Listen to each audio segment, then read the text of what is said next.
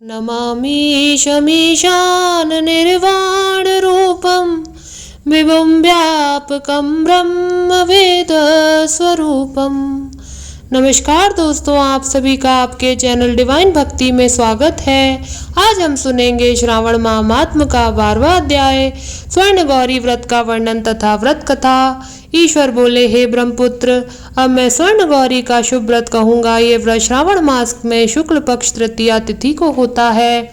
इस दिन प्रातः काल स्नान करके नित्य कर्म करने के बाद संकल्प करें और 16 उपचारों से पार्वती तथा शंकर जी का पूजन करें।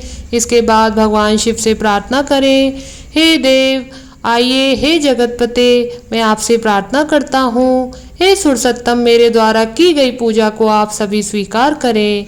इस दिन भवानी पार्वती की प्रसन्नता और व्रत की पूर्णता के लिए दंपतियों को 16 वायन प्रदान करें और द्विश्रेष्ठ की प्रार्थना के लिए, प्रसन्नता के लिए मैं ये वायन प्रदान कर रहा हूँ, ऐसा कहें। चावल के चूर्ण के 16 पकवानों से 16 वास की टोकरियों को भरकर तथा उन्हें वस्त्र आदि से युक्त करें और पुनः 16 द्विज दंपतियों को बुलाकर इस प्रकार कहते हुए प्रदान करें, व्रत की संपूर्णता के लिए मैं ब्राह्मणों को ये प्रदान कर रहा हूँ। मेरे कार्य की समृद्धि के लिए सुंदर अलंकारों से विभूषित तथा पतिव्रत से सुशोभित ये शोभामयी सुहागिन स्त्रियां इन्हें ग्रहण करें। इस प्रकार 16 वर्ष अथवा 8 वर्ष या 4 वर्ष या 1 वर्ष तक इस व्रत का करके शीघ्र ही इसका उद्यापन कर देना चाहिए।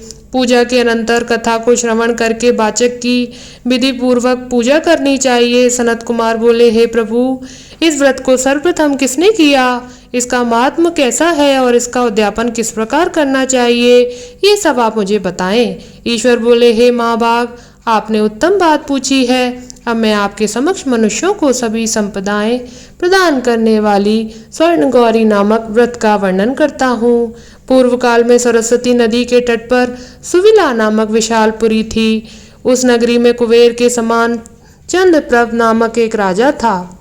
उस राजा की रूपलावण्य से संपन्न, सौंदर्य तथा मन मुस्कान से युक्त और कमल के समान नेत्रों वाली महादेवी और विशाला नामक 2 भार्याएं थीं। उन दोनों में ज्येष्ठ महादेवी नामक भार्या राजा को अधिक प्रिय थी। आखेट करने में आसक्त मन वाले वे राजा किसी समय वन में गए और सिंहों, शार्दुलों, शूकरों, वन्य भैंसों तथा हाथियों को मारकर प्यास से आकुल होकर उस घोर वन में इधर उधर भ्रमण करते रहे।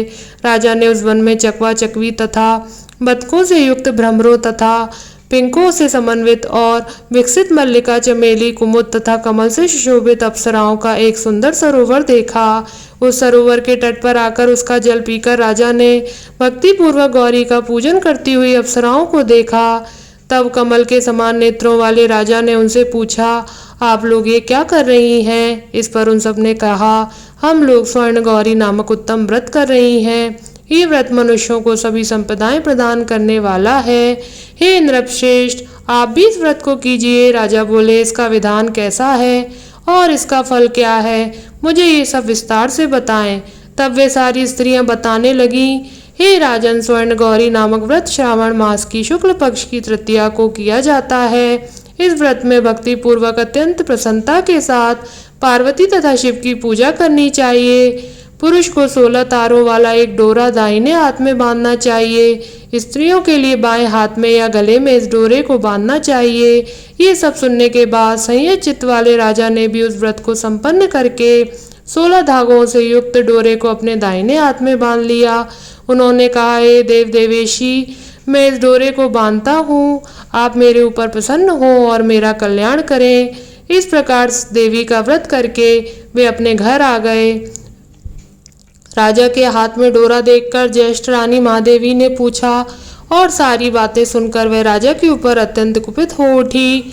राजा ने कहा, ऐसा मत करो, लेकिन रानी ने उस डोरे को तोड़कर बाहर एक सूखे पेड़ के ऊपर फेंक दिया। उस डोरे के स्पर्श मात्र से वह पेड़ पल्लवों से युक्त हो गया। इसके बाद उसे देखकर दूसरी रानी भी आश्चर्यचकित हो उठी और उस वृक्ष पर स्थिर टूटे हुए डोरे को उसने अपने बाएं हाथ में बांध लिया। उसी समय से उसके व्रत में महात्म्य से ये रानी राजा के लिए अत्यंत प्रिय हो गई।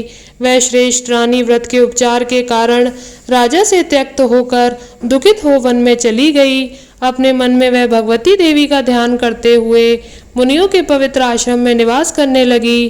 कहीं कहीं श्रेष्ठ मुनियों के द्वारा ये कहकर आश्रम में रहने से रोक दी जाती कि हे पापिन, अपनी इच्छा के अनुसार यहाँ से चली जाओ। इस प्रकार घोर वन में इधर उधर भ्रमण करती हुई वे अत्यंत खिन्न होकर एक स्थान पर बैठ गई। तब उसके ऊपर कृपा करके देवी उसके समक्ष प्रकट हो गई। उन्हें देखकर वह रानी भूमि पर दंडवत प्रणाम करके उनकी स्तुति करने लगी। हे देवी, आपकी जय हो, आपको नमस्कार है। हे भक्तों को वर देने वाली, आपकी जय हो। शंकर के वाम भाग में विराजने वाली, आपकी जय हो। हे मंगल मंगले, आपकी जय हो।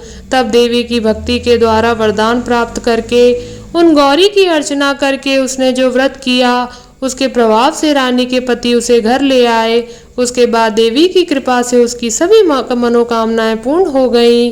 राजा सभी समृद्धियों से संपन्न होकर उन दोनों के साथ पूर्ण रूप से राज करने लगे। अंत में राजा ने उन दोनों रानियों सहित शिव पद को प्राप्त किया। जो स्वर्ण गौरी के इस उत्तम व्रत को करता है वह मेरा तथा गौरी का अत्यंत प्रिय होता है और विपुल लक्ष्मी प्राप्त करके तथा भूलोक में शत्रु समूह को पराजित करके शिवजी के विशुद्ध लोक को जाता है। हे सनत कुमार, अब आप दत्तचित होकर इस व्रत के उद्यापन की विधि सुनिए। चंद्रमा तथा तारा बल से युक्त शुभ तिथि तथा शुभ वार में एक मंडप बनाकर उसके मध्य में अष्टदल कमल के ऊपर धान्य रखकर उस पर एक कुंभ स्थापित करें। पुनः उसके ऊपर 16 पल प्रमाण का बना हुआ एक तिल पूरित ताम्र में पूर्ण पात्र रखें और उस पर पार्वती शंकर की 2 प्रतिमाएं स्थापित करें। शिवजी की प्रतिमा श्वेत वर्ण के 2 वस्त्रों तथा शुक्ल वर्ण के यज्ञोपवीत से सुशोभित हो। उसके बाद वेदोक्त मंत्र से विधि पूर्वक उनकी प्रतिष्ठा करें और भली भांति पूजा करके रात्रि में जागरण करें।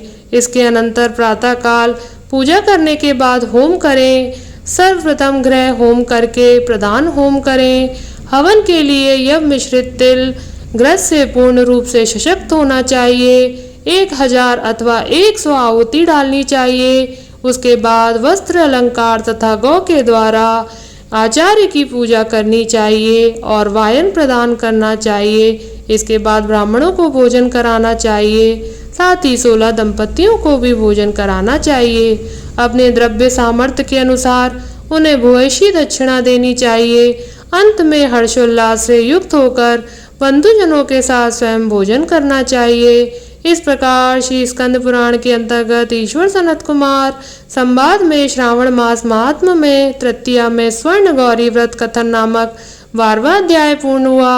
ओम नमः शिवाय, ओम नमः शिवाय, ओम नमः शिवाय।